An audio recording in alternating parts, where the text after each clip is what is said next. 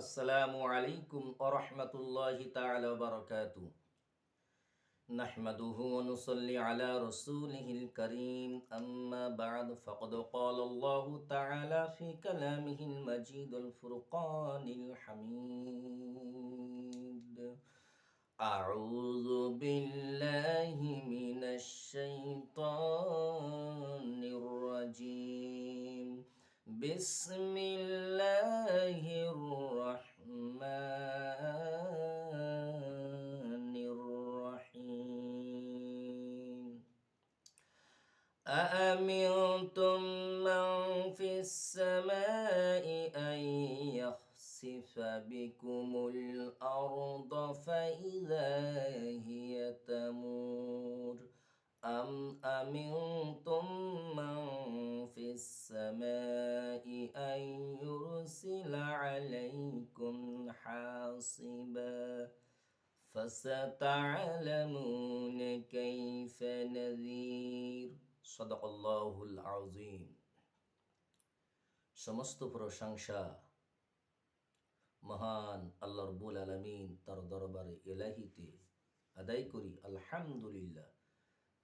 আমাদের সকলের প্রাণ প্রিয় নবীর প্রতি উত্তম দরুদ ও সালাম সাল্লাল্লাহু আলাইহি সাল্লাম। বিগত কয়েকদিন আমি সূরা মুলক থেকে আলোচনা করছি। আজ সূরা মুলকের 16 নম্বর আয়াত থেকে 20 নম্বর আয়াত পর্যন্ত তেলাওয়াত করা আংশিক তার তরজমার নিয়ত করেছি। রব্বি জিদনি ইলমা। আল্লাহ রাব্বুল আলামিন যদি বলার তৌফিক নসিব করেন কিছু আলোচনা করব ইনশাআল্লাহ।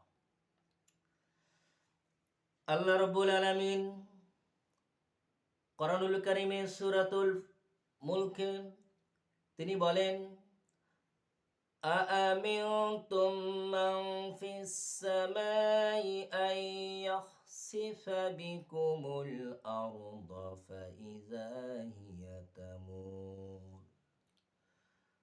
তোমরা কি আসমানওয়ালা থেকে মহান স্রষ্টা আল্লাহ রাব্বুল আলামিন তার পক্ষ হয়ে তোমরা জেনে গিয়েছো যে আল্লাহ রাব্বুল আলামিন তোমাদের জমিনকে ধসিয়ে দেবেন না।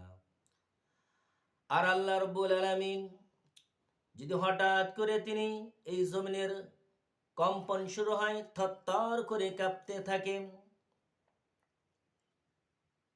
আম আমিনতুম মান ফিস সামাই আন ইউরসিলা আলাইকুম হাসিবা ফাসাতা'লামুনা কাইফা নাযীর।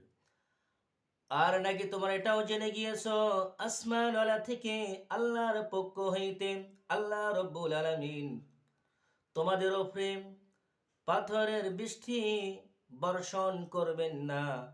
তোমরা কি এটা জেনে গিয়েছো? অচিরেই তোমরা জানতে পারবে কেমন ছিল আল্লাহর সতর্কবাণী।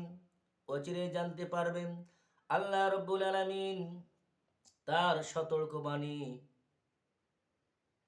কেমন ভাবে আল্লাহ রাব্বুল আলামিন পালন করবেন, অচিরেই তোমরা জানতে পারবেন।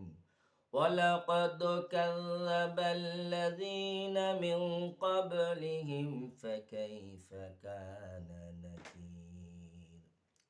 আল্লাহ রাব্বুল আলামিন বলেন, তাদের পূর্বে যারা ছিল তারাও নবী পয়গম্বরদেরকে অস্বীকার করত। আর তৎপর আল্লাহ বলেন, দেখো কেমন ছিল আমার শাস্তি।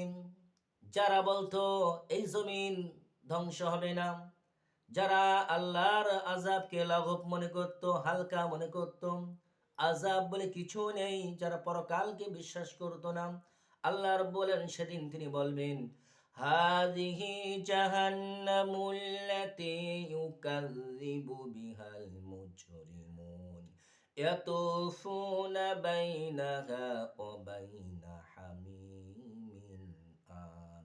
আল্লাহ রাব্বুল আলামিন ইশারা করে মুখাতিব করে বলবেন, এই সেই জাহান্নাম, যে জাহান্নামকে তোমরা মিথ্যা কথা বলতে, অবিশ্বাস করতে, এই সেই জাহান্নাম। তখন দেখা যাবে সেই জাহান্নামের মধ্যে সেই সমস্ত কাফের মুশরিকরা ফুটন্ত পানির মধ্যে ঘোরাফেরা করবে।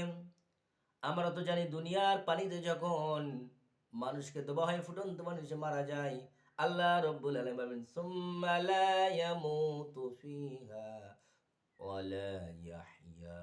সেদিন মানুষের মৃত্যু হবে না, সুস্থ হবে না, অস্বস্তির মধ্যে মানুষের কাল জীবন অতিবাহিত করিবেন, অনন্তকাল যে কালের শেষ নাই। আল্লাহ রব্বুল আলামিন মৃত্যুকেও সেদিনকে জবাই করে দিবেন, জবাহ করা হবে, মৃত্যু মারা যাবে, আর মৃত্যু হবে না। মানব আযাব আর আযাব, আযাব আর আযাব। মানুষের যারা জান্নাতি, শান্তি আর শান্তি।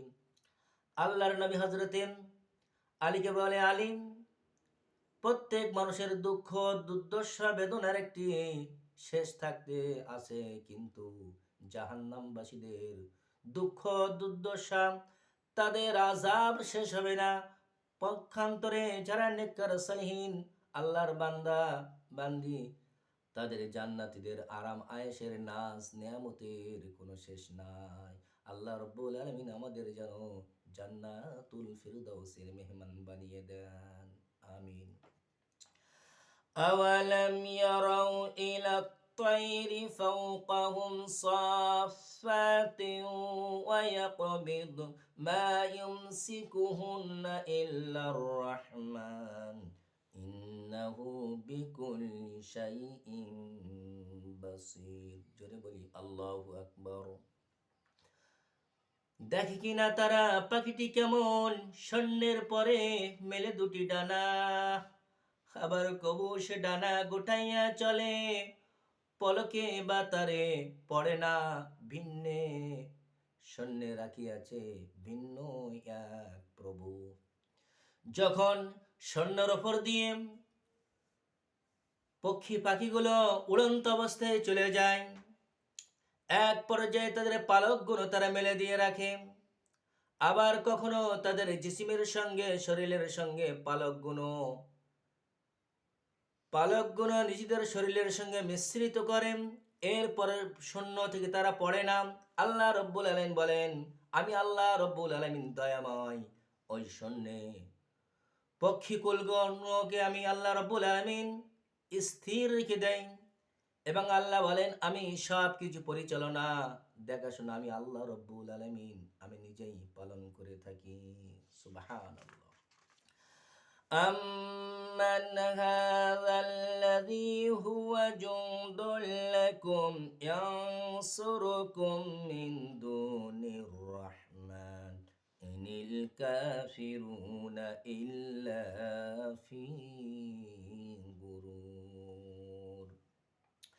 আল্লাহ রাব্বুল আলামিন বলেন, আচ্ছা দয়াময় আল্লাহ ছাড়া সে কে যে তোমাদের সৈন্য হয়ে তোমাদেরকে সাহায্য করবেন? আল্লাহ ছাড়া তোমাদের সাহায্যকারী আর কে আছেন? আমাদের হায়াতে মৌতে, হায়াতে জিন্দিগিতে যাহা কিছু প্রয়োজন সব তো আল্লাহ রাব্বুল আলামিন মিটায়ে থাকেন। আল্লাহ রাব্বুল আলামিন কোরআনুল কারীমে অন্যত্রে আল্লাহ বলেন সূরা ফাতিহার মধ্যে, ওয়ালিল্লাহি জুনুদুস সামাওয়াতি ওয়াল আরদ। আসমান জমিনে আল্লাহ রাব্বুল আলামিনের ফেরেশতা মণ্ডলী, আল্লাহর সৈন্যরা আছে, যারা দেখাশোনার জন্য আল্লাহ রাব্বুল আলামিন তাদের মওজুদ রেখেছেন।